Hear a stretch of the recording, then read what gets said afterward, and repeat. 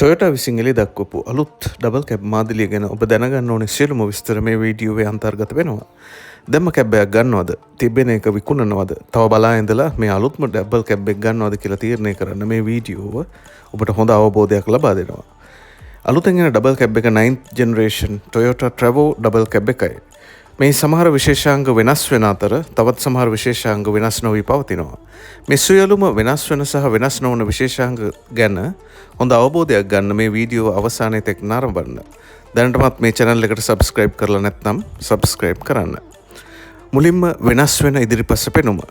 Toyotahi නවතම SUV රථවල ආభాෂය ලබා Toyota 9th generation double cab එක වඩාත් ආක්‍රමණශීලී පෙනුමක් ලබා දී තියෙනවා. සමහර යුරෝපීය වාහනවල වගේ බොඩි ලයින්ස් ඉතාමත්ම තියුණු කරලා තියෙනවා. මේ මගින් ඉතා ආකර්ශනීය පෙනුමක් ලබා දෙනවා. LED headlight කුඩා සහ සිහින් කර තිබුණත් ඒවා ඉතාමත් බල සම්පන්නයි. අදියර 4ක් හෝ කැපී පෙනෙන කොටස් 4කින් ඉදිරිපස තිරස්ව නිර්මාණය කර තිබීම ඉතා වැඩි ආකර්ෂණයක් ලබා දෙනවා. වඩාත්ම වැදගත් වන්නේ ඉදිරිපස බොනට් එක. හිත කොටස මිලිමීටර් 100ක් උසින් වැඩි කර නිර්මාණය කිරීමයි. මේ වඩා ආරක්ෂාකාරී නිර්ණයයන් අනුගමනය කිරීමක් ලෙසයි හඳුන්වන්නේ.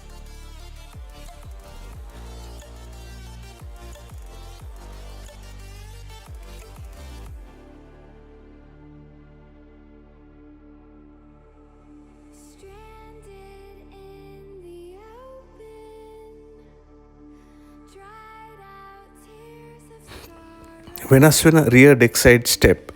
rear deck එකට එහෙමත් නැත්නම් පසුපස තට්ටුවට නැගීමට සහ බැසීමට උපකාර වෙන පඩියක් හඳුන්වලා දීලා තියෙනවා. මේ නවතම ඉනෝවේටිව් හඳුන්වා දීමක්.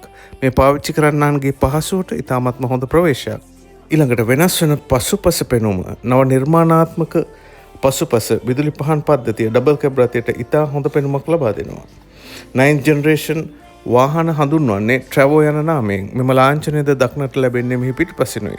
බොහෝමයක් Toyota ලෝලින් ප්‍රිය කරන Toyota සාම්ප්‍රදායික අකුරු සෙට් එක පිටුපස දොරට ඔබවා ඉතාමත් ආකර්ශනීය ලෙස නිපදවා තිබෙනවා. ඒ වගේම නව මෝස්තරයක් සහිත පිටුපස බම්පර් එක මෙම රථයට ඉතා ආකර්ශනීය පෙනුමක් ගෙනෙනවා. ඊළඟට වෙනස් වෙන ස්ටියරිං වීල් එක. අපි දන්න බොහෝමයක් වාහනවල තියෙන හයිඩ්‍රොලික් බල සුක්කානම. Toyota 8th generation cab වල තිබුණෙත් හයිඩ්‍රොලික් බල සුක්කානමක්. කෙසේ වෙතත් මේ නව ජෙනරේෂන් චේන්ජ් එකත් එක්කම මේ හයිඩ්‍රොලික් පවර් ස්ටියරින් සෙට් එක ඉලෙක්ට්‍රොනික් පවර් ස්ටියරින් ලෙස වෙනස් වෙනවා. ඒ කියන්නේ EPS ලෙස වෙනස් වෙනවා. ඉතාමත් සාර්ථක ලෙස වාහනේ පාලනය කිරීමට මේ ඉතාමත්ම උපකාරී වෙනවා. ඊළඟට වෙනස් වෙන ඉන්ෆෝටේන්මන්ට් සිස්ටම් එක. 8th generation එකේ පැවති අඟල් 7 ඉන්ෆෝටේන්මන්ට් පද්ධතිය වෙනුවට Apple CarPlay Android Auto සහිතව ටච් ස්ක්‍රීන් සමග එන අඟල් 12.3ක් දක්වා විශාල වූ ඉන්ෆෝටේන්මන්ට් පද්ධතියක් 9th generation Toyota Travo හි දකින්නට පුළුවන්. ඊළඟට වෙනස් වෙන parking brakes. 8th generation සහ ඊට පෙර double cabs වල manual parking brakes තිබිච්ච බව අපි දන්නවා. නමුත් මෙම රථේ පාකින් බ්‍රේක්ස් එන්නේ ඉලෙක්ට්‍රොනික් ලෙස. ඔටෝ හෝල්ඩ් ඔප්ෂන් එකක් තියෙන නිසා වඩා ආරක්ෂාකාරී ධාවනයකට මඟ පෑදෙනු ඇති. වෙනස් වෙන සේෆ්ටි සහ driver ඇසිස්ටන්ස්. Toyota Safety and Assistance Update සමගින් යතුරුපැදි හඳුනා ගැනීම, හදිසි නැවතුම් පද්ධතිය, අන්ධ ස්ථාන නිරීක්ෂණය blind spot warning, ටයර් පීඩනය අනතුරු ඇඟවීම, වාහන නැවැත්වීමේ ආධාරක තිරංග, ඉදිරිපස මැද එයා බෑග් එකක් සහ අංශක 360 බහු භූමි නිරීක්ෂණ කැමරා පද්ධතියද ඇතුළත් වෙනවා. ඒ වගේම තවත් නොයෙකුත් ආකාරයේ වෙනස්කම් වාහනේ අභ්‍යන්තරයට දෙක් කරලා තියෙනවා. කප් හෝල්ඩර්ස් වැනි දේ විශේෂයි.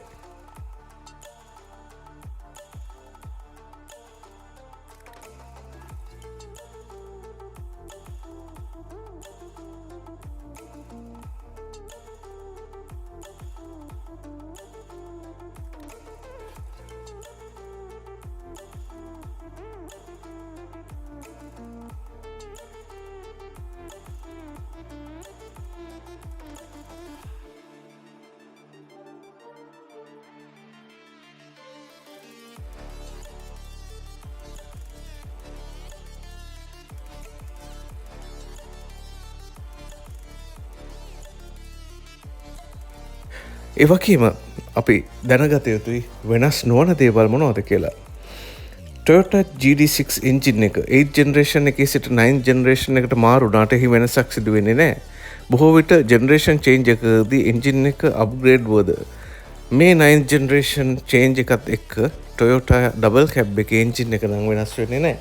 මෙහි 2.4 ලීටර් ඩීසල් එන්ජිම කිලෝවොට් 110ක බලයක් සහ නිව්ටන් මීටර් 400ක ව්‍යවර්තයක් සහ 2.8 ලීටර් එන්ජින් එක කිලෝවොට් 150ක බලයක් සහ නිව්ටන් මීටර් 500ක ව්‍යවර්තයක් නිපදවන විදිහට තමයි මේ එන්ජින් එකත් සමග නිපදවන්නේ. විශේෂයෙන්ම මෙහි එන ගියර් පද්ධතිය කලින් ජෙනරේෂන් එකේ පැවති ISIN 6 ගියර් බොක්ස් එකම තමයි. 6 ස්පීඩ් ගියර් බොක්ස් එක ඉතාමත් විශ්වාසදායී ගියර් පද්ධතියක් වුවත් තරංකාරී නිෂ්පාදන ගියර් 10 තරම් වූ සංකීර්ණ ගියර් පද්ධතිය එළිදක්වන විට මෙහිදී පරණ ගියර් පද්ධතියම ලබා දීම යම් අයගේ කනස්සල්ලට හේතු වී තිබෙනවා. බොහෝ දෙනෙකු සලකන්නේ ප්‍රාඩෝහි 250 හි එන්ජිම GD6 වන අතරෙහි ගියර් බොක්ස් එක 8 ස්පීඩ් නම් මේ සඳහාද 8 ස්පීඩ් ගියර් බොක්ස් එක යොදා නොගත්තේ ඇයි කියලා. නමුත් Toyota ඩබල් කැබ් ඉතාමත්ම විශ්වාසවන්ත වෙළඳපළ දිනා ඇති ඩබල් කැබ් එකක් නිසා රළු අධික පීඩන තත්ත්වයන් යටතේ ඔරොත්තු දීමට ඇති හැකියාව ඇති නිසා සහ අමතර කොටස් සහ තාක්ෂණ දැනුම හිඟකමකින් තොරව බහුලව තිබීම වැදගත් බවයි ටොයොටාහි අදහස. ඔවුන් සිතන්නේ පරණ ගියර් බොක්ස් එක සහ පරණ එන්ජිම භාවිත කිරීමෙන් අමතර කොටස් හිඟකමක් හෝ තාක්ෂණික දැනුමේ හිඟකමක් ඈත පළාත්වල ඉන්න කාර්මික ශිල්පීන්ට ඕනු ඇති බවයි. වෙනස් නොවන ඉඩකඩ මෙම ඩබල් කැබ් රථයේද පැසෙන්ජර් ස්පේස් එක විශාල වශයෙන් වෙනස් නොවන අතර පැසෙන්ජර්ස් කම්ෆර්ට් එක සම්බන්ධව වැඩි අවධානයක් යොමු කර නැති බව තමයි දකින්නට ලැබෙන්නේ. ඔබ මේ දක්වා මේ channel එකට subscribe කරලා නැත්නම් මේ channel එකට subscribe කරලා අපි ඔබට අලුතෙන් ගෙන එන වාහන පිළිබඳ වූ දැනුම් සම්භාරය ඔබේ දැනුමට එකතු කරගන්න. නෑදෑ හිතමිතුරන්ගේ දැනුම වර්ධනය වීම සඳහා ඔවුන් සමග මේක share කරගෙන මෙම channel එකට like එකක් දෙන්න. ස්තුතියි.